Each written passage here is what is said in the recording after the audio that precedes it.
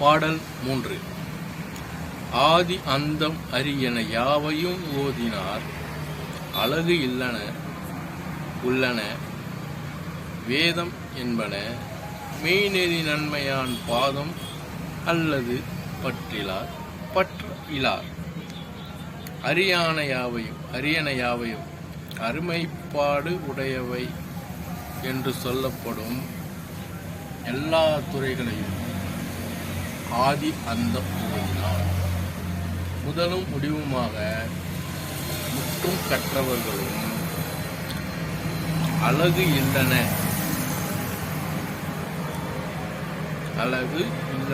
உள்ளன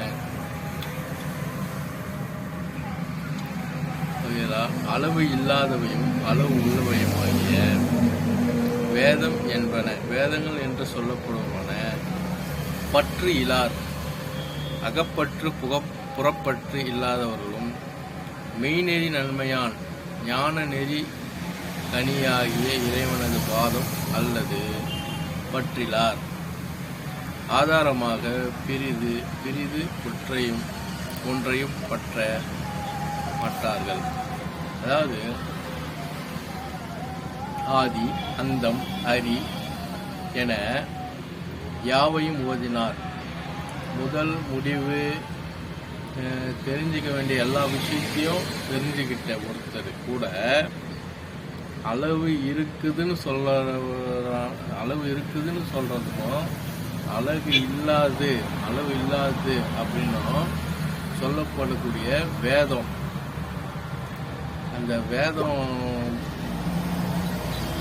வேதத்துல சொல்லக்கூடிய ஒரு கடவுளை இதுமாரி விஷயங்களை படித்து தெரிஞ்சுக்கிட்ட கூட அந்த இறைவனை பிடிச்சிட்டாங்க, இறைவனோட பாதத்தில் போய் சரணடைஞ்சிட்டாங்க அப்படின்னா அவங்களுக்கு வேற எதுவுமே ஒரு பெரிய விஷயமாகவே இருக்காது அப்படின்னு சொல்லிட்டு இந்த 3வது பாட்டில் கம்பர் சொல்றார்.